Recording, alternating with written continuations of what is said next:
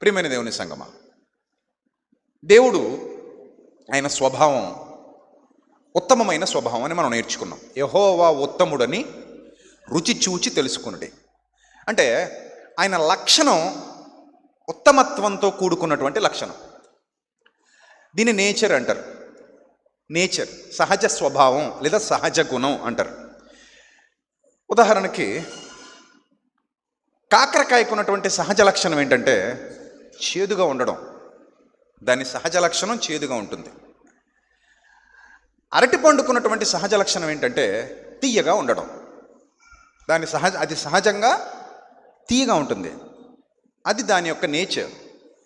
In the same way God's nature, what is the God's nature? ఈ ప్రశ్న మన ముందు తలెత్తినప్పుడు మనకు వస్తున్నటువంటి ఒకే ఒక్క ఆన్సర్ ఏంటంటే ఆయన ఉత్తముడు. యెహోవా ఉత్తముడు. ఉత్తముడైన దేవుడు మేలు చేయువాడు తప్ప కీడు చేయువాడు కాడు. Note this point.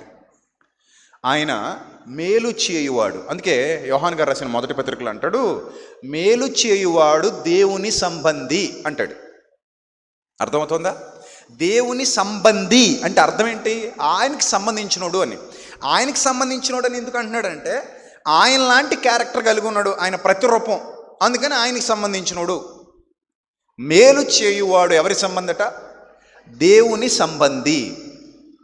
అంటే దేవుని యొక్క శక్తి, దేవుని యొక్క కృప, దేవుని యొక్క దయ కలిగిన వాడు అనేది ఆయన యొక్క పాయింట్.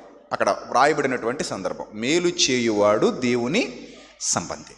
రైట్. ఇప్పుడు మేలు చేసేటువంటి దేవుడు, కీడు చేసే స్వభావం లేనటువంటి దేవుడు మనం అందరం బాగుండాలని కోరుకుంటాడు అని మీకు ఎన్నోసార్లు చెప్పాను. మీరు పాడైపోతే ఆయనకి ఇష్టం కాదు, మీరు బాగుంటేనే ఆయనకి ఇష్టం. మీరు నాశనం అయిపోతే ఆయనకి ఇష్టం కాదు, మీరు ఆశీర్వాదకరంగా ఉంటేనే ఆయనకి ఇష్టం. మీ జీవితాల్లో మేలు జరిగితే ఆయనకి ఇష్టం తప్ప కీడు జరిగితే ఆయనకి ఇష్టం కాదు. మీరు దీవించబడితే ఆయనకి ఇష్టం తప్ప మీరు శపించబడితే ఆయనకి ఇష్టం కాదు. ఇప్పుడు ఆయన మనసు ఏంటి అనేది మనం ఒకసారి గ్రంథంలో నుండి చూడగలిగితే ప్రియమైన దేవుని ప్రజలారా ఒకసారి చూద్దాం. ఇర్మియా గ్రంథం 32వ అధ్యాయము 37 నుంచి చూద్దాం. పాత నిబంధన కాలానికి సంబంధించినటువంటి ఒక ప్రవక్త ఇర్మియా గారు. ఇర్మియా గ్రంథం 32వ అధ్యాయము 37వ వచనం నుంచి మనం జాగ్రత్తగా అబ్జర్వ్ చేస్తే ప్రియమైన దేవుని ప్రజలారా ఆ కాలపు జనాంగాన్ని గురించి ఇక్కడ మాట్లాడుతున్నాడు. ఆ కాలపు ప్రజలను గురించి ఇక్కడ మాట్లాడుతున్నాడు. ఎందుకంటే వాళ్ళ పరిస్థితులు బాగాలేదు. దేవుణ్ణి విడిచి బతుకుతున్నారు వాళ్ళు. దేవుణ్ణి విడిచి తిరిగారు వాళ్ళు. దేవునికి భిన్నంగా బతకడానికి ఇష్టపడ్డారు తప్ప దేవునికి అనుకూలంగా బతకడానికి ఇష్టపడలేదు వాళ్ళు. ఎంత చెప్పినా, ప్రవక్తలు వచ్చి చెప్పినా వాళ్ళ బ్రతుకులు మారలేదు, మార్చుకోలేదు. ఇక్కడ చూడండి మీరు జాగ్రత్తగా 37వ వచనం. ఇదిగో నాకు కలిగిన కోపోద్రేకము చేతను మహారౌద్రము చేతను నేను వారిని వెళ్ళగొట్టిన దేశములన్నిటిలో నుండి వారిని సమకూర్చి ఈ స్థలమునకు తిరిగి రప్పించి వారిని నిశ్చయముగా నివసింపజేసేదను. వారు నాకు ప్రజలయ్యుందురు, నేను వారికి దేవుడనయ్యుందును. మరియు వారికిని వారి కుమారులకును మేలు కలుగుటకై. చూడండి, దేవుడు తాను చేయ సంకల్పించిన మేలు ఆ ప్రజలకు ముందుగా తెలియజేస్తున్నాడు. మనం అనుకుంటాం దేవుడు చేసిన మేలు, దేవుడు చేయాలనుకుంటున్న మేలు మనకు ముందుగా తెలుస్తుందా తెలీదా అంటే, నేను అబ్రహాముకు సంగతి దాచేదనా అన్నాడు. నేను అబ్రహాముకి సంగతి దాచేదనా? నేను దాచను. నా బిడ్డ కదా, నా బిడ్డకు నేనేం దాచను, నేను చెప్తాను. ఇన్ ద సేమ్ వే దేవుడు తన పిల్లలుగా మన దగ్గర ఏది దాచడు అని చెప్తాడు. నేను చేయబోయే మేలును గూర్చి నా పిల్లల దగ్గర దాస్తానా? నేను దాచను అని చెబుతూ ఇక్కడ ఏం రాయబడిందో చూడండి. వారికిని వారి కుమారులకును మేలు కలుగుటకై వారు నిత్యము నాకు భయపడునట్లు నేను వారికి ఏకహృదయమును ఏకమార్గమును దయచేయుదును. ఇది యేసుక్రీస్తు మార్గానికి సంబంధించినటువంటి ప్రవచనం. ఏకహృదయమును ఏకమార్గమును దయచేయుదును, నేను వారికి మేలు చేయుట మానకుండునట్లు. మాండట, ఇంకా మేలు చేస్తానే ఉంటాడట. నేను వారికి మేలు చేయుట మానకుండునట్లు నిత్యమైన నిబంధనను వారితో చేయుచున్నాను. క్రొత్త నిబంధన చూడండి. క్రొత్త నిబంధన అనేది మేలు. మనతో చేస్తున్న నిబంధన మనకేంటట? మేలు అంటున్నాడు. మానక నిత్యము వారికి మేలు చేయునట్లు మానకుండునట్లు నిత్యమైన నిబంధనను వారితో చేయుచున్నాను. వారు నన్ను విడువకుండునట్లును వారి హృదయములలో నా ఎదుట భయభక్తులు పుట్టించెదను. వారికి మేలు చేయుటకు వారి యందు ఆనందించుచున్నాను. చూడండి, దేవుడికి ఆనందం ఎక్కడుందంటే మనకు మేలు చేస్తేనే ఆనందం. నేను మొన్ననే మీకు చెప్పాను, మీ పిల్లలు బాధపడుతుంటే మీకు ఆనందమా? చెప్పండి, ఆనందమా? కాదు. మీ పిల్లలు బాగుంటేనే మీకు ఆనందం. మీ పిల్లలు ఎంత బాగుంటే మీరు అంత ఆనందంగా ఉంటారు. I right or wrong? Yes. నా పిల్లలు శపించబడాలని ఎవ్వరూ కోరుకోరు, ఏ తల్లిదండ్రులు కోరుకోరు. ప్రతి తల్లిదండ్రి ఏం కోరుకుంటారంటే మా బిడ్డలు బాగుండాలి, మా కుటుంబం బాగుండాలి, మా పిల్లలందరూ బాగుండాలి. ఇదే మీ కోరిక, ఇదే మీ యొక్క ఆశ. మరి మీకే ఇలాంటి ఆశ ఉన్నప్పుడు దేవుడికి ఉండదా? మీరు చెడ్డవారయుండి మీ పిల్లలకు మంచి ఈవులు నెరిగి ఉండగా ఆయన పరలోకపు తండ్రి మనకంటే గొప్పవాడు కనుక మనకి మేలు జరుగుతున్నప్పుడు ఆయనకు ఆనందం అంట. చూడండి, అక్కడ రాయబడింది అదే, వారికి మేలు చేయుటకు వారి యందు ఆనందించుచున్నాను. మన జీవితాల్లో మేలు జరుగుతుంటే పరలోకపు తండ్రికి ఆనందం, పరలోకపు తండ్రికి సంతోషం. అంటే నువ్వు ఎంత పచ్చగా ఉంటే ఆయన అంత ఆనందపడతాడు. గుర్తుపెట్టుకోండి, మన తోటలో చెట్టు, పెరట్లో చెట్టు ఎంత పచ్చగా ఎదిగి ఎంత చక్కగా ఫలిస్తే యజమానిగా మనకు అంత ఆనందం కదా. మా జామ చెట్టు చాలా జామకాయలు కాసిందండి అంటారు. మా మునగ చెట్టు చాలా మునక్కాయలు దించిందండి అంటారు. మా ఆనపపాదుకి ఎన్నో ఆనపకాయలు ఉన్నాయండి అంటారు. మా పొట్లపాదు అబ్బాబా పొడవాటి పొట్లకాయలు చూసారా, ఒక బీరపాదో చిక్కుడుకాయల పాదో పెట్టుకుంటేనే అవి చక్కగా ఫలించేసి పచ్చగా ఫలించేసి ఏపుగా దిగిపోతే పంట ఎంత ఆనందంగా ఉంటుందో మీ మైండ్కి. ఆ చెట్టుని చూసి మురిసిపోతారు, ఆ మొక్కను చూసి మురిసిపోతారు. ఆ కాయలు కోసుకుని కూర వండుకున్నప్పుడు భార్యాభర్తలు ఇద్దరు ఏం మాట్లాడుకుంటారంటే, శ్రేష్టమైన కూర తింటున్నాం, మందులు వాడలేదు, పురుగు మందులు కొట్టలేదు, బయట దొరికేలాంటివి కావు, అబ్బాబ్బా ఎంత అద్భుతమైన కూర తినేస్తాను ఈ రోజున ఆనందంగా తినేస్తారు. చిక్కుడుకాయల కూర, బీరకాయల కూర. ఎందుకంటే మన చెట్లు పండాయి, మన పాదుకి కాసాయి కదా.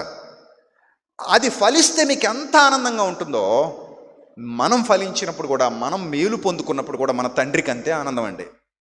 మనం చెడిపోతేనో, మనం ఏడిస్తేనో, మన ఆకలితో ఉంటేనో, మనం అప్పుల పాలైపోతేనో, మనం ఇబ్బందుల పాలైపోతేనో, మనం బాధలు పడుతుంటేనో ఆనందించే దేవుడు కాదు మన దేవుడు.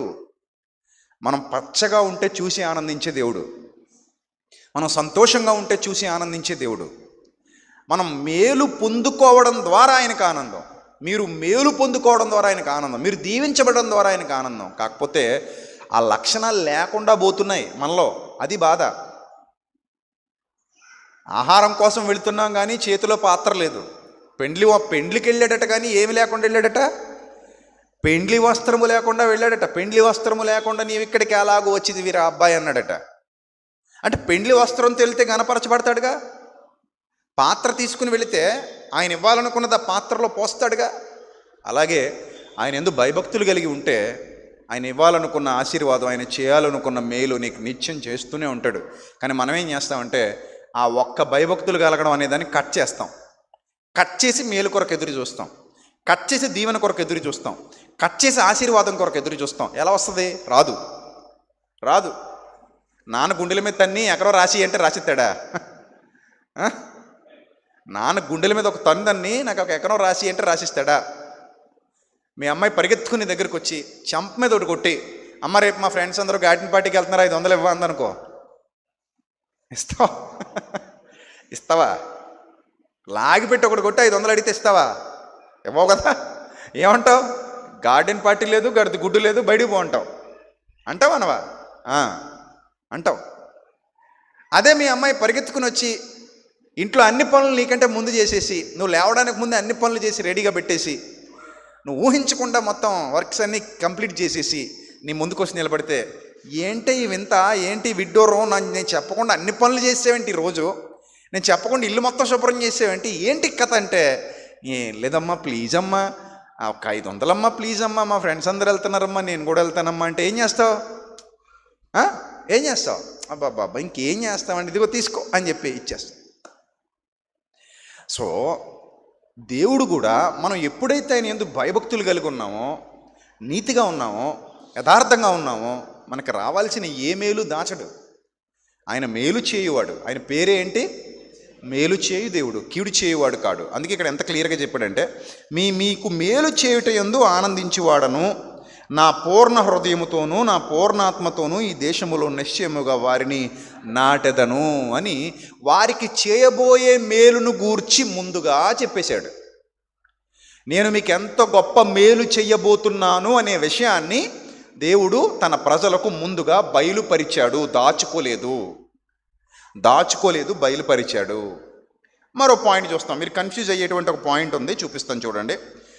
కొరింథీయులకు రాసిన మొదటి పత్రిక 2వ అధ్యాయము 9వ వచనం, జాగ్రత్తగా చూడండి. ఇందును గూర్చి దేవుడు తనను ప్రేమించు వారి కొరకు, బాగా వినాలి, ఎవరిని ప్రేమించు వారి కొరకు? తనను ప్రేమించు వారి కొరకు. మీరు ఎవరికైనా గిఫ్ట్ ఇవ్వాలనుకుంటే ఎవరికి ఇస్తారు చెప్పండి? మిమ్మల్ని ఎవరు ప్రేమిస్తున్నారో వాళ్ళకి ఇస్తారు. మిమ్మల్ని ద్వేషించే వాళ్ళకి మీరు గిఫ్ట్ ఇవ్వరు, నాకు తెలిసి ఇవ్వరు, అంతే కదా. మిమ్మల్ని ఎవరు బాగా ప్రేమిస్తున్నారో, అరే అంత ప్రేమిస్తున్నప్పుడు మనం ఏదో చెయ్యాలి వాళ్ళ కోసం అని చేస్తారు. అరే మనల్ని ఎంత ప్రేమిస్తున్నారు కదా, వాళ్ళకి ఏం ఇవ్వకపోతే ఏం బాగుంటుంది అని ఆలోచిస్తారు. అర్థమవుతుందా? అలాగే దేవుడు తనను ప్రేమించు వారి కొరకు ఏవి సిద్ధపరిచినో అవి కంటికి కనబడలేదు, చెవికి వినబడలేదు, మనుష్య హృదయమునకు గోచరం కాలేదు. అంటే ఆయన చేయబోయే మేలు బయలుపరిచాడా, బయలుపరచలేదా? ఏమని రాయబడింది ఇక్కడ? కంటికి కనబడలేదు, చెవికి వినబడలేదు, మనుష్య హృదయానికి అర్థం కాలేదని రాయబడి ఉంది. అంటే చేయబోయే మేలు గురించి తన పిల్లలకు చెప్పాడా, చెప్పలేదా అని అడుగుతున్నాను మిమ్మల్ని. చెప్పలేదు, గోచరము కాలేదు, కంటికి కనబడలేదు, చెవికి వినబడలేదు, కాబట్టి బయలుపరచలేదు, అంతేనా? కాబట్టి ఆ విషయాన్ని, ఆ మేలు చేసే విషయాన్ని, ఆ మేలును గూర్చి సమాచారాన్ని తన పిల్లలకు తెలియచెప్పలేదు, అంతేనా? అక్కడ అదే కదా ఉంది. అదేనా ఉంది, ఇంకేమైనా ఉందా? అదేనా ఉంది. మరి కింద ఏముంది? మరి రాయబడి ఉన్నది అంటే యెషయా గ్రంథం 64వ అధ్యాయంలో ఉందరా అబ్బాయి, అలా అని చెప్తున్నాడు అక్కడ. యెషయా గ్రంథం 64వ అధ్యాయంలో ప్రవక్తల గ్రంథంలో రాయబడి ఉన్న విషయాన్ని చెప్పి అక్కడతో అయిపోలేదు, కంటిన్యూగా చదవండి. అది అక్కడ పౌలు గారి యొక్క బోధనా విధానం, పద్ధతి. సీక్రెట్ చెప్పేశాడు అంటున్నాడు తప్ప సీక్రెట్గా దాచేసాడు అనట్లా. మనం అక్కడ దాకా చదివి ఆపేసాం అనుకోండి, ఎలా ఉంటుంది? ఏమండి నేను మిమ్మల్ని కలవాలనుకుంటున్నాను, ఫస్ట్ పాయింట్. ఇటు నుంచి వస్తున్న ఆన్సర్, ఏమండి నేను మిమ్మల్ని రేపు కలవాలనుకుంటున్నాను, రేపు నాకు ఖాళీ లేదు, ఎల్లుండి కలుద్దాం. మనం ఎక్కడ దాకా చదివి ఆపేసాం? ఏమండి నేను రేపు మిమ్మల్ని కలవాలనుకుంటున్నాను, రేపు నాకు ఖాళీ లేదు, అక్కడితో ఆపేసాం. ఇంకా అక్కడితో అంటే మొత్తానికి ఇంకా ఆ కలవడం అనే కలయిక ఏమైపోయింది, ఇంక అక్కడితో కట్ అయిపోయింది. నాకు ఖాళీ లేదు, కట్, అంతే. ఎల్లుండి కలుద్దామని ఉంది అక్కడ, అది చదవం మనం ఎక్కడి దాకా చదివి ఆపేస్తాం? ఏమండి నేను మిమ్మల్ని రేపు కలవాలనుకుంటున్నాను, నాకు ఖాళీ లేదు అని ప్రసంగం మొదలెడితే ఏమని ప్రసంగించాలి ఇప్పుడు? ఖాళీ లేదు, ఇంకా ఆయన్ని కలవడం ఎప్పటికీ సాధ్యపడదు అన్నట్టు ఉంటుంది. ఇంకప్పుడు ఖాళీ లేదు కాబట్టి ఇంకెప్పటికీ కలవడం సాధ్యపడదు. కానీ తర్వాత మాటలో ఎల్లుండి కలుద్దామని ఉంది. ఇప్పుడు మనకు అర్థం కావాల్సిన పాయింట్ ఏంటంటే, రేపు ఖాళీ లేదు ఓకే, కానీ ఎల్లుండి కలుద్దాం. అర్థమవుతుందా? రైట్, ఆ మాట చదవండి ఇప్పుడు. మనకైతే దేవుడు వాటిని తన ఆత్మ వలన బయలుపరచి ఉన్నాడు. అంటే దేవుడు చేయబోయే మేలులు ముందుగానే చెప్పేశాడు. ఏది దాచుకోలేదండి, బహిరంగంగా చెప్పేశాడు. ఏది దాచుకోలేదు. నీకు ఏ మేలు చేయబోతున్నాడో రివీల్ చేసేసాడు. నిన్ను ఎలాంటి మేలులతో నీ హృదయము తృప్తిపరచబోతున్నాడో ముందుగా చెప్పేశాడు. అన్ని విషయాల్లో నీకు మేలు చేస్తానని చెప్పాడు తప్ప కీడు చేస్తానని చెప్పలా. మీరు భయపడాల్సిన పని లేదు. ఆయన మేలు చేయగలవాడు, మేలు చేయు దేవుడు, మేలు చేసి తీరుతాడు. ఎప్పుడు నువ్వు ఆయన యందు భయభక్తులు నిలపటం నేర్చుకో, తప్పకుండా దేవుడు నీ జీవితంలో మేలే చేస్తాడు. ఎన్ని మేలులు మన కొరకు దాచి ఉంచాడో ఇక్కడ చెప్తున్నాడు, చూద్దాం. ఒక అద్భుతమైన మాట, రోమాపత్రిక 8వ అధ్యాయము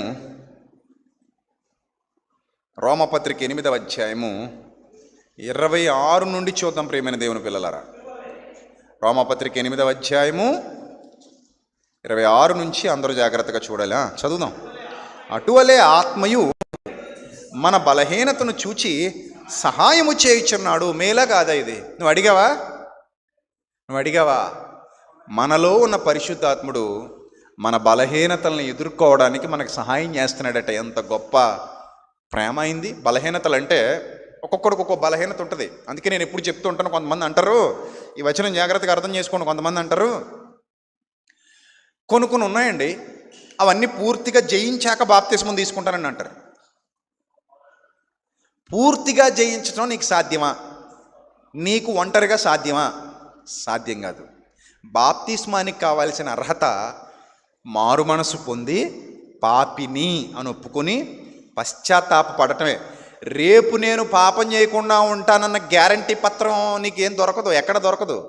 రేపు ఏం జరుగుద్దో నీకు తెలీదు. కాబట్టి ఈ రోజుకు నువ్వు మారు మనసు పొంది, ఈ రోజుకు నువ్వు పశ్చాత్తాపం చెంది, ఈ రోజు నువ్వు ఒప్పుకుని విడిచిపెట్టి బ్యాప్టిజం తీసేసుకో. రేపటి నుంచి నువ్వు మళ్ళీ అటు వెళ్ళవా అనే పాయింట్లో నువ్వు గెలవడం కాదు, ఆయన సపోర్టుతో గెలవడం నీకు లభిస్తుంది. అది పరిశుద్ధాత్మ సహాయం అంటే. ఇప్పుడు కొంతమంది వాదన ఎలా ఉంటుందంటే, నేను జ్వరం పూర్తిగా తగ్గించేసుకున్నప్పుడు హాస్పిటల్కి వస్తానండి అంటారు. ఏం చేస్తావు?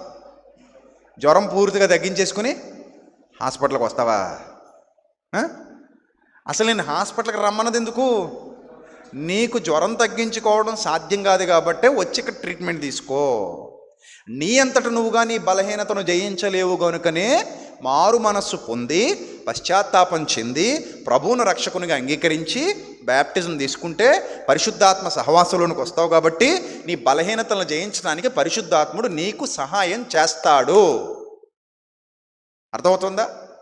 ఒక్కడుగా మనం సాధించలేనిది ఆయన సపోర్టుతో సాధిస్తామన్నమాట. ఒక్కడుగా మనం గెలవలేని లోకాన్ని ఆయన సపోర్టుతో గెలుస్తాం. అందుకే మీలోనున్న పరిశుద్ధాత్మను దుఃఖపరచకుడి, విమోచన దినము వరకు ఆయన యందు మీరు ముద్రింపబడి ఉన్నారు. అంటే విమోచన దినం వరకు కూడా ఆయన సపోర్ట్ మనకు ఉంటుంది. నేను ఒక్కడిగా గెలవలేము. ఈ లోకాన్ని గెలవడం సామాన్యమైన సంగతి కాదు. అమ్మో మహా కష్టం. ఎవరిని మింగుదునా అని గర్జించి సింహం వలె వెదకుతూ తిరుగులాడుచున్నాడు. ఎవడు ఎప్పుడు పడిపోతాడో తెలియదు. అందుకే పడిపోయిన కూడా మనం నిందించడానికి సరిపోం. అయ్యో పాపం అనుకుని మళ్ళీ నిలబెట్టి అరే నాయన ఇంకెప్పుడు పడిపోకని చెప్పాలంతే. రకరకాల బలహీనతలు ఉన్నాయి మనుషులకి. అందుకే నేను ఎప్పుడు అడుగుతుంటాను, బాప్తిస్మం పొందిన వాళ్ళు ఎంతమంది ఉన్నారు చేయెత్తండి. బాప్తిస్మం పొందిన వాళ్ళు ఎంతమంది ఉన్నారు చేయెత్తాలి. అందరి చేతులు ఎత్తాలి. నువ్వు నీ ఫోన్ ఆన్ చేయి, ఒకసారి షూట్ చేయి చెప్తా. బాప్తిస్మం పొందిన వాళ్ళు అందరూ పర్లేదు, కొంచెం నొప్పి వచ్చినా ఇంకొంచెం పైకి లేపండి. లేడీస్ అండ్ జెంట్స్ అందరూ కూడా జెంట్స్ కూడా బ్యాప్టిజం పొందిన వాళ్ళందరూ మీ చేతి చూపించాలి. Right, very good. ఉంది, ఇంకా టైం ఉంది. ఒక్క నిమిషం. అందరూ బ్యాప్టిజం పొందిన తర్వాత ఆలోచనల్లో కానీ క్రియల్లో కానీ ఒక్క బలహీనతకు కూడా చోటు ఇవ్వలేదు అన్న వాళ్ళు అలాగే ఉంచండి, మిగిలిన వాళ్ళు దించేయండి. దేవుని ఎదుట ఆలోచనల్లో కానీ క్రియల్లో కానీ ఒక్క బలహీనత కూడా నాకు ఎప్పుడు రాలేదు. మాట కూడా తేడా రాలేదు అన్నవాళ్ళు ఉంచాలి. అలాగా మాట కూడా ఎప్పుడు తేడా రాలేదన్నవాళ్ళు మిగిలిన వాళ్ళు దించేయండి. ఎంతమంది వచ్చారు? 2. అదిగో నువ్వు దించిన ఆయన ఇంకొక్కడే మిగిలాడు. 2. అంటే మాట కూడా తేడా రాకుండా, ఆలోచన కూడా తేడా రాకుండా మరి వాళ్ళు బాప్తిజం పొందినటి నుంచి ఉన్నారట. అది కూడా నిజమని నమ్మడానికి ఏం లేదు. ఎవరు చెప్పాలి? అదనమాట ఆయన చెప్పాలి. హృదయ రహస్యములు ఎరిగిన దేవుడు చెప్పాలి. ప్రస్తుతానికి కాసేపు వాళ్ళిద్దరిని కన్సిడర్ చేద్దాం. అంటే ఇంతమందిలో 2 ఉంటే 350 కోట్ల మందిలో ఎంతమంది ఉంటారు చెప్పండి క్రైస్తవుల్లో? కాబట్టి బలహీనతలు అనేవి మానవ జీవితాన్ని ఎప్పుడు ప్రభావితం చేస్తూనే ఉంటాయి. ఏదో ఒక మాట దగ్గరో, ఏదో ఒక ఆలోచన దగ్గరో, ఎక్కడో ఒక చోట లోకం నిన్ను ఏం చేస్తుంది? అట్రాక్ట్ చేస్తుంటుంది. స్లిప్ అవుతాడు, నిలబడుతుంటాడు. అలా నిలబడటానికి శక్తినిచ్చి పరిశుద్ధాత్ముడు నిలబెడతాడు. ఒక మాట చెప్పనా, తప్పటడుగులు పడకుండా నడకరాదు. బాల్యంలో అందరికీ ఏం పడతాయి?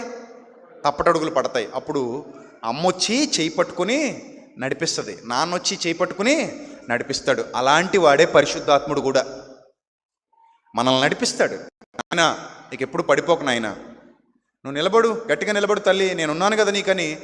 మన బలహీనతలను చూచి, అటువలే ఆత్మయు మన బలహీనతలను చూచి సహాయము చేయుచున్నాడు అని వ్రాయబడింది. ఆత్మయు మన బలహీనతను చూచి, మన అన్న చోట ఎవరు వస్తారు చెప్పండి, మీరు చెప్పండి. మన అన్న చోట ఎవరు వస్తారు? మన అన్నది ఎవరి మాట అంటే పౌలు గారే ఏమని ఒప్పుకుంటున్నాడు? ఎస్, ప్రతి మానవునిలో ఏదో బలహీనత ఉంటుంది. బ్యాప్టిజం పొందిన తర్వాత దాన్ని జయించడానికి పరిశుద్ధాత్మని సహాయం మనకు లభిస్తుంది. అందుకే మనం నిలబడగలుగుతాం, లేకపోతే పడిపోతాం.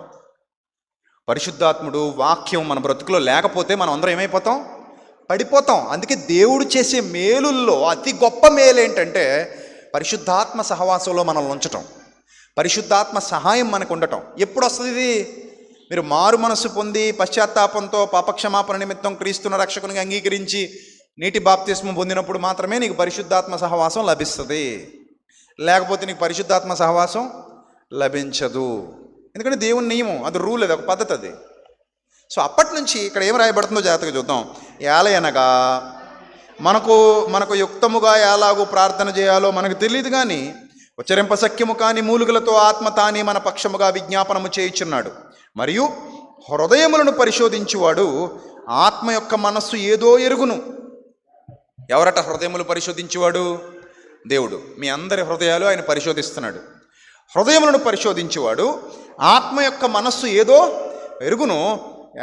ఏలయనగా ఆయన దేవుని చిత్త ప్రకారము పరిశుద్ధుల కొరకు విజ్ఞాపనము చేయుచున్నాడు. దేవుని చిత్త ప్రకారము పరిశుద్ధుల కొరకు ఏం చేస్తున్నాడట? విజ్ఞాపనము చేయుచున్నాడు. దేవుని ప్రేమించు వారికి, 28వ వచనం అందరూ అండర్లైన్ చేసుకోండి. దేవుని ప్రేమించు వారికి అనగా ఆయన సంకల్పము చొప్పున పిలువబడిన వారికి, ఆయన సంకల్పము చొప్పున పిలువబడిన వారికి మేలు కలుగుటకై సమస్తమును సమకూడి జరుగుచున్నవని ఎరుగుదుము. మేలు కలుగుటకై పుట్టినోట్లో దేవుడు సమస్తమును సమకూర్చి జరిగించుచున్నాడని పాఠాంతరము అన్నాడు. చూడండి, మేలు కలుగుటకై సమస్తమును సమకూడి ఆయనే జరిగిస్తున్నాడట. ఎవరి కోసం అంటది? దేవుని ప్రేమించు వారికి. మీరందరూ దేవుని ప్రేమిస్తుంటే, అనగా మీకు, దేవుని ప్రేమించుచున్న మీకు, ఆయన సంకల్పం చొప్పున పిలువబడినటువంటి మీకు, మనకు మేలు కలుగుటకై సమస్తమును సమకూడి జరుగుచున్నవని ఎరుగుదుము అన్నాడు. ఎంత చక్కగా, ఎంత స్పష్టంగా దేవుడు ఇక్కడ వ్రాయించాడో చూడండి. అంటే దేవుని యొక్క సంకల్పం ఏంటి అంటే మనందరికీ మేలు కలగాలి, మనందరం మేలు పొందుకోవాలి, దీవించబడాలి. ఆయన మేలులతో మన హృదయములను తృప్తిపరిచేవాడు. అర్థమవుతుందా? కృపతో మనల్ని దీవించేవాడు, మన జీవితాన్ని ఆశీర్వదించేవాడు, ఫలభరితమైన చెట్టులా మనల్ని ఉంచాలనుకుంటున్నాడు. పాత నిబంధన గ్రంథంలో మనం చూస్తే భౌతికంగా అబ్రహాముకి శారాకి చాలా సంవత్సరాలు పిల్లలు లేరు. ఎన్ని సంవత్సరాలు ఎదురు చూశారు వాళ్ళ పిల్లల కోసం? గర్భం ఉడిగిపోయేంత వరకు ఎదురు చూశారు. గర్భం ఉడిగిపోవడం అంటే ఏ వయసులో దాదాపుగా గర్భం ఉడిగిపోవచ్చు. ఆ రోజుల్లో కాలుష్యం లేని రోజులు కాబట్టి, మంచి ఆహారం తినే రోజులు కాబట్టి ఒక 60-70 వేసుకోండి, ఇబ్బంది ఏమీ లేదు. 60-70 వరకు పిల్లలు కలిగే సామర్థ్యం కనుంటే ఉండుండొచ్చు వాళ్ళకి.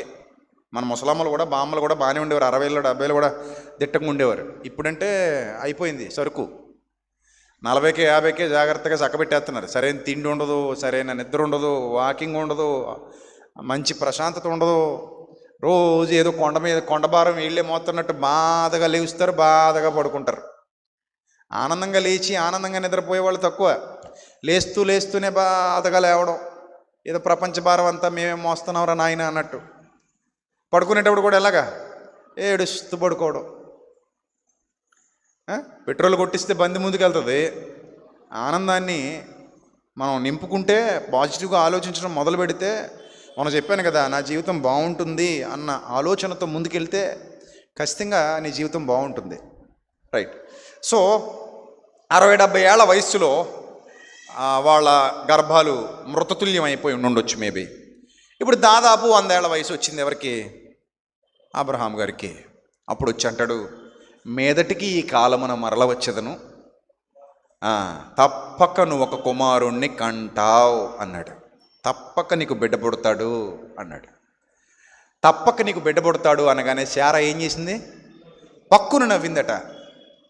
పక్కున నవ్వింది. ఎందుకు నవ్వింది? బామ్మ కడుపున బాబు పుడతాడా? నేను ఆల్రెడీ బామ్మను కదా, బామ్మ కడుపున బాబు పుట్టడం ఏంటి? ఎవరైనా నవ్విపోతారు, ఏదో చెప్తున్నాడు ఈయన అని నవ్వింది. అప్పుడు ఆయన అన్నాడు, నువ్వు ఎందుకు నవ్వావని అడిగితే, రే తుచ్చి నేను నవ్వలేదంటుంది. నువ్వు నవ్వావు అన్నాడు. నువ్వు నవ్వావు. కానీ అబ్రహాంకి చెప్పేశాడు, నాయన కన్ఫర్మ్ కావాలంటే బయటకు వచ్చి ఆకాశ నక్షత్రాలు లెక్క పెట్టుకో, నీ ఓపిక ఉంటే లెక్క పెట్టుకో, నీకు చేతనైతే లెక్క పెట్టుకో, నీ సంతానం వల్ల అవుతుంది. ఇది దేవుని మాట, దేవుని వాగ్దానం గనుక తప్పక నీ గర్భాన ఒక కుమారుడు పుట్టబోతున్నాడు, ఇది సత్యం అన్నాడు. అంతే. అది నమ్మేశాడు. దేవుని మాటను నమ్మాడు. నమ్మి బలంగా నిలబడ్డాడు. ఆయన చెప్పినట్టుగానే అతని గర్భంలో నుండి ఒక మంచి కుమారుడు పుట్టుకొచ్చాడు. అంటే చేయబోయే మేలును దేవుడు ముందుగా బయలుపరిచాడు. ఇప్పుడు మన జీవితం చూద్దాం. టూకీగా కొన్ని విషయాలు చెప్తాను, జాగ్రత్తగా వినండి. నిత్య జీవమును అనుగ్రహిస్తానని వాగ్దానం చేశాడు. మేలా కాదా? మేలే. నిత్య జీవం ఇస్తాను నాన్న, మీ అందరికీ ఫ్రీ అన్నాడు. అంతే. మీ అందరికీ ఫ్రీ. ప్రభా మాకు ఇస్తావా? నిత్య జీవం మాకు ఇస్తావా? ఎస్, అందరికి ఇస్తాను. అందరికి ఇస్తాను. ప్రభా మా అందరికీ నిత్య జీవం ఉందా? ఎస్, అందరికి ఉంది. అందరికీ పరలోకంలో చోటు ఉందా? అందరికి ఉంది. మీరు మారు మనసు పొందండి, క్రీస్తులో ఉండండి, అంతం వరకు సహించండి, ప్రభు కొరకు వాడబడండి, పరిచర్యలో ఉండండి, సహకారులుగా నిలబడండి, సంఘములో పరిశుద్ధాత్మ సహవాసంలో వర్ధిల్లండి. మీ అందరికీ నిత్యజీవం ఉంది. అందరికీ నిత్యజీవం ఉంది. హమ్మయ్య అనుకున్నాం. ఏదైనా పెళ్ళికి వెళ్ళినప్పుడు భోజనాలు సగం మందికే ఉన్నాయంటే ఏం చేస్తారు చెప్పండి? మీరు ఏం చేస్తారు? సీట్లు ముందుగా వేసేద్దామని చూస్తారు. ఇప్పుడు ఒప్పుకోపోయినా బేసిక్గా మనిషి మెంటాలిటీ అదే, కచ్చి వేసేద్దామని చూస్తారు. అప్పుడు బస్సు ఎక్కినప్పుడు మనం ఏంటో బస్సు ఎక్కినప్పుడు అర్థం అవుద్ది. కింద నుంచి పరిగెత్తికెళ్ళి కిటికీలోంచి చేసేస్తాం. అంటే నేనే కూర్చోవాలన్న కుళ్ళో మరి ఏంటో తెలియదు అది. ఒక్కొక్కడు ట్రైన్లో కొంచెం మెంటలోళ్ళు ఉంటారు, సీటు మొత్తం కాసేసి పడుకుంటాడు. దగ్గరికి వెళ్తాడు ఎవడో, ఏమండి ఉందంటే లేదు ఉన్నారు అంటాడు. ఎవడుండడు, ఉత్తిదే. ఈడు ఏంటంటే ముందు నేను కాసుకున్నాను కదా, ఈ సీటు మొత్తం నేను కొట్టేయాలనుకుంటాడో లేకపోతే పడుకుందాం అనుకుంటాడో మరి ఏమనుకుంటాడో తెలియదు. వాళ్ళ బాబుగారి సొమ్ములాగా. అది పబ్లిక్ ట్రైన్, అది ఒక సీటు వరకే నీకు పరిమితం. మొత్తం కాళ్ళార చాపుకు పడుకుంటానంటే కుదరదు. కానీ స్వార్థం. సీటు దొరికిందంటే సంతోషం ఉండదు, నడుము కూడా వాల్చాలి. ఇప్పుడు అప్పటిదాకా సీటు దొరికితేనే ఆనందం. ఇప్పుడు సీటు దొరికాక ఏం కావాలి? పడుకోవడం కావాలి వీడికి.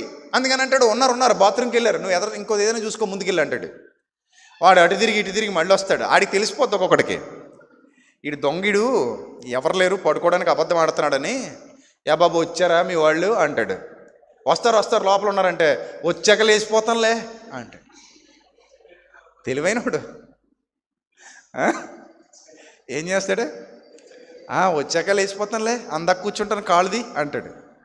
ఇంకాడికి అర్థమైపోద్ది, ఎడుగుతలరా బాబు జిగిరి వేల వల్ల తగులుకున్నాడని మెల్లి కాల్ తీస్తాడు.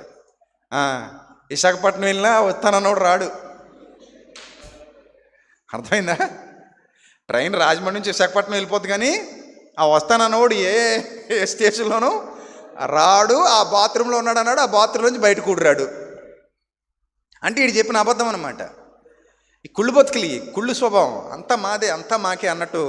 ఏదైనా పెళ్ళికి వెళ్ళినప్పుడు సగం మందికే ఉన్నాయి భోజనాలు అంటే ఏం చేస్తారు? అప్పుడు ఆ సగం మందిలో నేను ఒకడిని అయిపోవాలి, అమ్మో పస్తుండి వెళ్ళాలంటే కష్టం అని చెప్పి దూకేసి వాటి మీద పడిపోయి అవసరమైతే కుర్చీలు కాసేసి తినేద్దామని చూస్తారు కదా.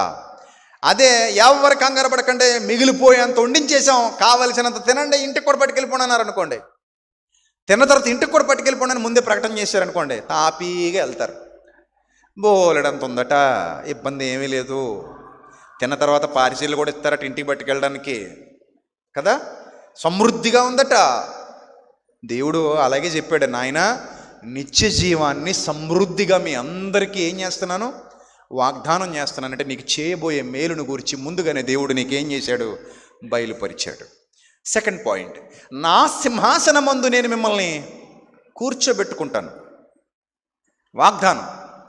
బస్సులో చూడండి, స్త్రీలకు మాత్రమే అని ఉంటుంది.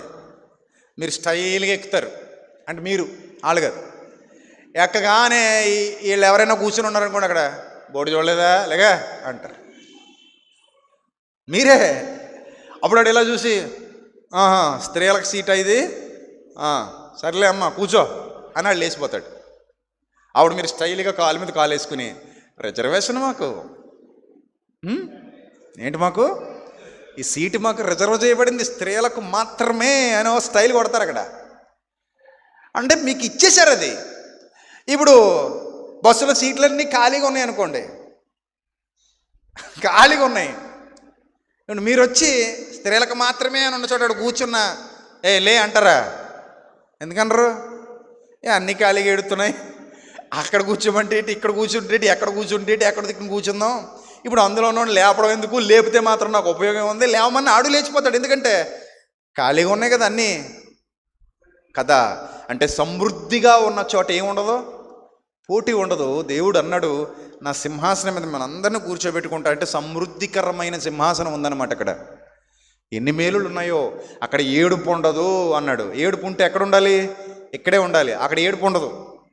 మీ ఆయన కొట్టడు, మీ ఆవిడ తిట్టదు, మీ పిల్లలు బాధ పెట్టరు, మీకు అప్పులు ఉండవు, మీకు రోగాలు ఉండవు, మీకు సమస్యలు ఉండవు, మీకు ఇరుకులు ఉండవు, మీకు ఇబ్బందులు ఉండవు.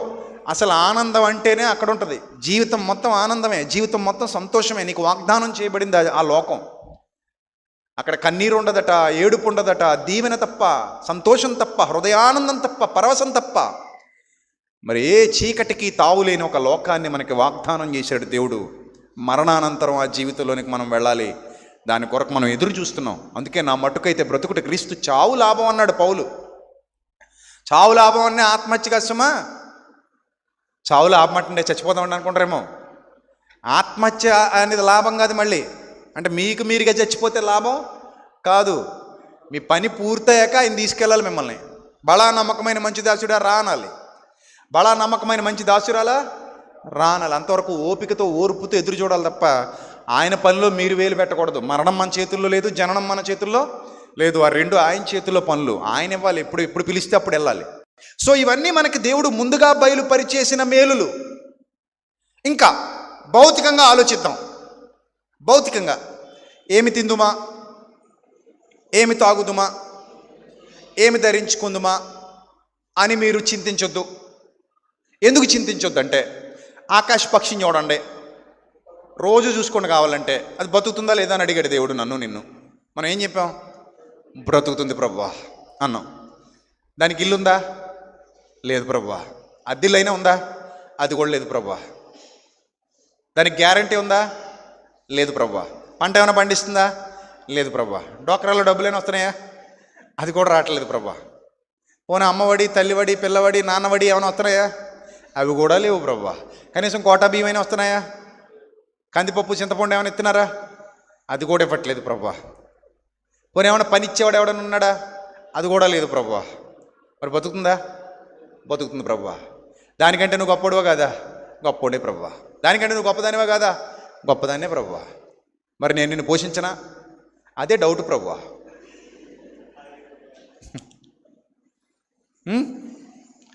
నా మీద నమ్మకం లేదా? ఉంటే ఎప్పుడో బాగుపడుతుంది కదా ప్రభువా. ఇవన్నీ నాకు చెప్పడం ఎందుకు ప్రభువా? నమ్మకం లేకనే కదా ప్రభువా ఎంత పాఠం బోధించావు నాకు. నమ్మకం ఉంటే నేను గుండెల మీద చేసుకు ధైర్యంగా ఉంది కదా ప్రభువా. అవి విత్తవు, కొయ్యవు, కొట్లలో కూర్చుకొనవు. పెట్టి నిండా బియ్యం ఉండి నువ్వే ఏడుస్తుంటే, ఒంటి నిండా సత్తు ఉండి నువ్వే కృంగిపోతుంటే, ఆకాశంలో ఎగిరే పక్షి ఎప్పుడు ఏ రాయితో, ఏ క్యాటిల్ బారుతో ఎవడ కొట్టేస్తాడో తెలీదు. ఎప్పుడు ఎవడు వల వేసి పట్టుకుంటాడో తెలీదు. ఎప్పుడు తుఫాను వచ్చి ఆ గూడు రాలిపోతుందో తెలీదు. ఎక్కడ ఆహారం ఉందో వెతికితే తప్ప తెలీదు. సాయంత్రానికి గూట్లో ఉన్న పిల్లలకి పట్టుకొస్తుందో, పట్టుకు రాలేకపోతుందో, ఎక్కడైనా వలకు చిక్కుతుందో, ఎక్కడైనా చచ్చిపోతుందో తెలీదు. ఎవరి నోట్లైనా కూరగా మారిపోతుందో తెలీదు. ఒకవేళ ఆహారం దొరక్కపోతే ఏ ముఖం పెట్టుకుని ఆ పిల్లల దగ్గరికి గూటికి చేరాలో కూడా తెలీదు. కానీ hope, there is a hope. What is that hope? I have a good shepherd. We have a good shepherd we have a good protector. మాకు ఫీడింగ్ ఇవ్వడానికి మాకు ప్రొటెక్టర్ ఉన్నాడు, క్రియేటర్ ఉన్నాడు. మమ్మల్ని సృష్టించిన వాడు మాకు భోజనం పెడతాడు. అందుకే కాకి పిల్లలట ఆహారము కొరకు ఆయనకు మొరపెడుతున్నాయని గ్రంథం చెబుతోంది. సింహపు పిల్లలైనా లేమిగలవై ఆకలి కొంటాయేమో కానీ మై డియర్ చిల్డ్రన్, మీరు బెంగపెట్టుకోకండి. I will give you all for your life. దేవుడు మనకి వాగ్దానం చేశాడు, సమస్తాన్ని నేను మీకు ఇస్తాను, నా నీతిని, నా రాజ్యాన్ని వెతకండి, అప్పుడు అవన్నీ మీకు అనుగ్రహింపబడును. అంటే మీకు చేయబోయే భౌతికమైన మేలులను గురించి కూడా మీకు చెప్పేశాడా, చెప్పలేదా? చెప్పేశాడు. నా యందు మీరును మీ యందు నా మాటలను నిలిచి ఉన్న ఎడల మీకు ఏది ఇష్టమో అడుగుడి, అది మీకు అనుగ్రహింపబడును. నా చిత్తానుసారమైనదైతే. నా యందు మీరును మీ యందు నా మాటలను నిలిచి ఉన్న ఎడల మీకు ఏది ఇష్టమో అడగండి అన్నాడు. అప్పుడప్పుడు మన పిల్లలతో కూడా అంటాం, రే నేను చెప్పినట్టుగా నువ్వు మార్కులు సంపాదించుకుంటే, నేను చెప్పినట్టుగా నువ్వు ఈ పని చేసేస్తే, నేను చెప్పినట్టుగా నువ్వు ఇలా ఉంటే నీకు ఏది ఇష్టం అడుగు, కొని పడేస్తా అంటారనరా? వీళ్ళు కూడా నిజమేనా, డాడీ మాట ఇచ్చారు, మమ్మీ మాట ఇచ్చావు అని జాగ్రత్తగా లాక్ చేసి పెడతారు అక్కడ. దానికోసమైనా వీళ్ళు మార్కులు తెచ్చేసుకుంటారు, దానికోసమైనా వీళ్ళు అనుకున్నది చేసేస్తుంటారు, దానికోసమైనా వీళ్ళు కష్టపడిపోతుంటారు. అప్పుడు మీరు అనుకున్నది చేసిస్తారు. మీ పిల్లల కోసమే కదా మీరు బతుకుతున్నది, ఖచ్చితంగా చేసి పెడతారు. మీకంటే దేవుడు గొప్పవాడు. ఎన్నో మేలులు నీ కొరకు నా కొరకు దాచి ఉంచాడు. ఆయన దాచి ఉంచిన మేలు ఎంతో గొప్పది. ఆయన ఏం చేశారట? దాచి ఉంచాడట. కీర్తనల గ్రంథం 31 కీర్తన 19 వచనం చదువుదాం ప్రియమైన దేవుని సంగమా, చదవండి. కీర్తనల గ్రంథం 31 కీర్తన 19 వచనం. కీర్తనల గ్రంథం 31 కీర్తన 19 వచనం. నీ యందు భయభక్తులు గలవారి నిమిత్తము నీవు దాచి ఉంచిన మేలు ఎంతో గొప్పది. చూసారా? నీ యందు భయభక్తులు గలవారి నిమిత్తం నీవు దాచి ఉంచిన మేలు ఎంతో గొప్పది. నరుల ఎదుట నిన్ను ఆశ్రయించు వారి నిమిత్తం నీవు సిద్ధపరిచిన మేలు ఎంతో గొప్పది. నీకోసం మేలు సిద్ధపరిచాడు, నీకోసం మేలు దాచి ఉంచాడు. మేలుతో నీ హృదయము తృప్తిపరిచేవాడు. దేవుడు మేలుతో మన హృదయాన్ని తృప్తిపరిచి పచ్చిక కల చోట్ల మనల్ని పరుండ చేసి శాంతికరమైన జలముల యొద్ద మనల్ని నడిపించి నీ కాపరిగా, నీ తండ్రిగా నేను ఎప్పుడూ కాపాడుకుంటూ ఆయన కృపతో నిన్ను నింపి వర్ధిల్లింపచేయ సంకల్పం కలిగి ఉన్నాడు. అందుకే నీ యందు భయభక్తులు గల వారి నిమిత్తము నీవు దాచి ఉంచిన మేలు ఎంతో గొప్పది, ఎంతో గొప్పది. ఏ విషయంలోనూ ఆయన మనకు మేలు చేస్తానని చెప్పిన ఏ విషయం కూడా ఆయన బహిరంగంగా చెప్పాడు, బహిరంగంగా చేసి తీరుతాడు. No doubt at all.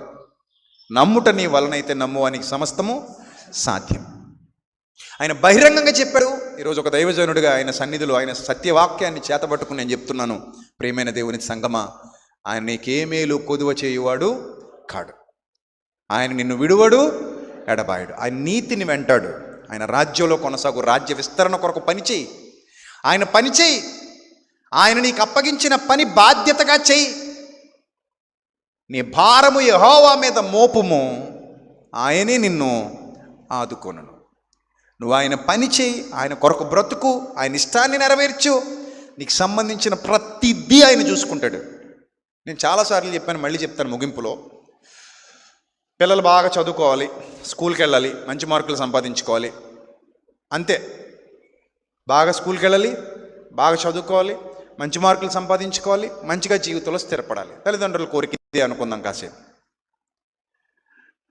Shoe అడగకుండా కొనిస్తారు, బట్టలు అడగకుండానే కొనిస్తారు, ఏం కావాలో అన్నీ అడగకుండానే సిద్ధం చేస్తారు. ఫీజు కూడా ఏదో తంటాలు పడి ఆ టైంకి కట్టేస్తారు.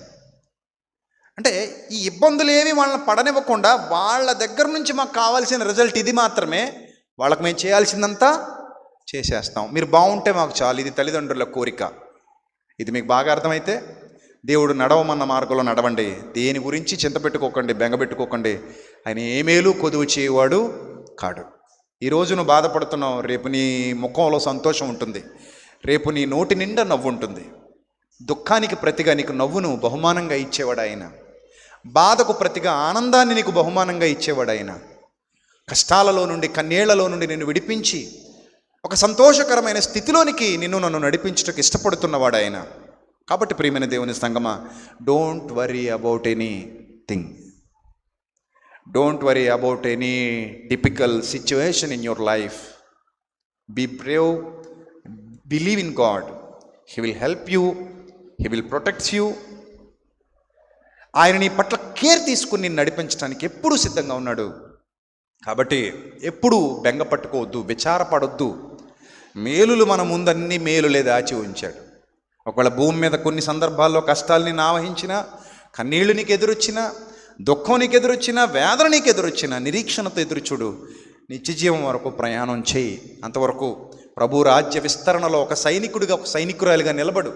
దేవుడిని ఎందుకు ఎన్నుకున్నాడో, దేవుడిని ఎందుకు కలిమిలో ఉంచాడో, దేవుడికి ఎందుకు సమృద్ధికరమైన వాతావరణాన్ని అనుగ్రహించాడో తెలుసుకో. ముందు ప్రభువా నా ద్వారా నేనేం చేయగలను ప్రభువా అని అడుగు. ప్రభువా నేనేం చేయగలను ప్రభువా నీకోసం, నన్ను వాడుకో ప్రభువా అని వేడుకో. అప్పుడు తప్పకుండా నీకు ఇవ్వాల్సింది నీకు ఆయన ఇస్తాడు, నీకు చేయాల్సింది ఆయన చేస్తాడు. ముందుగా బయలుపరిచేశాడు, నీకు ఏమేం మేలు చేయబోతున్నాడో బయలుపరిచేశాడు. కీర్తన 84:11 కూడా ఒక మంచి మాట ఉంది. కీర్తన 84:11 చదవండి ఒకసారి. కీర్తన 84:11. దేవుడైన యెహోవా సూర్యుడును కేడుమునై ఉన్నాడు, యెహోవా కృపయు ఘనతయు అనుగ్రహించును, యథార్థముగా ప్రవర్తించు వారికి ఆయన ఏ మేలును చేయక మానడు. సైన్యములకు అధిపతికి యెహోవా నీ యందు నమ్మిక ఉంచువారు ధన్యులు అన్నాడు. యథార్థముగా ప్రవర్తించు వారికి ఆయన ఏ మేలును చేయక మానడు అంటున్నాడు. కాబట్టి ప్రియమైన దేవుని సంఘమా, సత్యమేదో మొదట తెలుసుకోండి. ఏ రూట్లో నడవాలో, ఎలా నడవాలో మొదట తెలుసుకోండి. అలా నడవండి. ఖచ్చితంగా మీకు దొరకాల్సింది దొరుకుతుంది. ఖచ్చితంగా మీకు ఇవ్వాల్సింది ఆయన ఇస్తాడు. రావాల్సింది మీ దగ్గరకు వస్తుంది, వచ్చి తీరుతుంది. బట్ మీరు రైట్ వేలో వెళ్ళండి, రాంగ్ వేలో వెళ్ళకండి. రాంగ్ వేలో వెళితే గమ్యస్థానానికి ఎలా చేరుకోలేరో, రైట్ వేలో వెళితే అత్యధికమైన దీవెన ఆశీర్వాదాలు అలా పొందుకోగలుగుతారు. కాబట్టి ప్రియమైన దేవుని పిల్లలారా, ఆయన చేస్తానన్న మేలులన్నీ ముందుగానే చెప్పేశాడు. ఏది దాచుకోలేదు. అంత చక్కటి తండ్రిని మనం కలిగి ఉన్నాం, అంత గొప్ప తండ్రిని మనం కలిగి ఉన్నాం. కాబట్టి ప్రియ దేవుని సంఘమా, జాగ్రత్త. మనుష్యులకు కాదు మనం భయపడాల్సింది, దేవునికి. మన హృదయ రహస్యాలు ఎరిగిన దేవుడికి మనం భయపడాలి. అలాంటి యథార్థమైన భయభక్తులతో ఆయన దీవెనలు, ఆయన ఆశీర్వాదాలు మీరందరూ పొందుకోవాలని మనస్ఫూర్తిగా కోరుతూ నా మాటలు ముగిస్తున్నాను. తలలు వంచండి, ప్రార్థన చేసుకుందాం. సర్వకృపానిధి, కనికరం కలిగినటువంటి మా కన్న తండ్రి, దయగలిగిన మా దేవ, ఇంతవరకు ప్రభా విలువైన మీ మాటలతో మీ పిల్లల హృదయాలు తృప్తిపరిచినందుకు స్తోత్రం తండ్రి. దీవించండి, ఆశీర్వదించండి. నిజమే ప్రభువా, బలమైన ఆహారం మీ పిల్లల హృదయాలకు పెట్టాను తండ్రి. అక్షయ ఆహారం మీ పిల్లలకు పెట్టాను ప్రభా. ప్రతి హృదయం తృప్తిపరచబడాలి, ప్రతి హృదయం నిండాలి, దీవించబడాలి, వారి ఆకలి తీరాలి. వారి హృదయంలో ప్రభా పొడవబడిన వారే, ప్రభా సమాధానము పొందిన వారే, నెమ్మది పొందిన వారే, శాంతి కలిగి బ్రతకడానికి సహాయం అనుగ్రహించమని, వారికి కావలసిన సమస్తాన్ని మీరు అనుగ్రహించబోతున్నారు గనుక తండ్రి, సమస్త విధములైన మేలులతో మీ పిల్లల జీవితాలను నింపబోతున్నారు గనుక ప్రభువా, సమస్త విధములైన కృపను మీ పిల్లలకు అనుగ్రహించబోతున్నారు గనుక తండ్రి, మీ దీవెన ఆశీర్వాదాలతో మీ బిడ్డలు వర్ధిల్లుతూ పర సంబంధమైన దీవెనలతో, ఆత్మ సంబంధమైన ఆశీర్వాదాలతో ఈ జీవితంలో ముందుకు కదలడానికి సహాయం అనుగ్రహించమని, ఘనత మహిమ ప్రభావములు మీకే చెల్లిస్తూ, మేము తలపెట్టిన ప్రతి కార్యాన్ని మా అందరి ద్వారా ఉన్నతంగా జరిగించమని ప్రాధేయపడుతూ, మీ కృపను మాకు తోడుగా ఉంచమని వేడుకుంటూ, క్రీస్తు వారి శ్రేష్టమైన నామంలో ప్రార్థన మనవులడికి వేడుకొనుచున్నాం మా కన్న తండ్రి. ఆమెన్. అందరికీ వందనాలు. May God bless you all. Love you all. Thank you.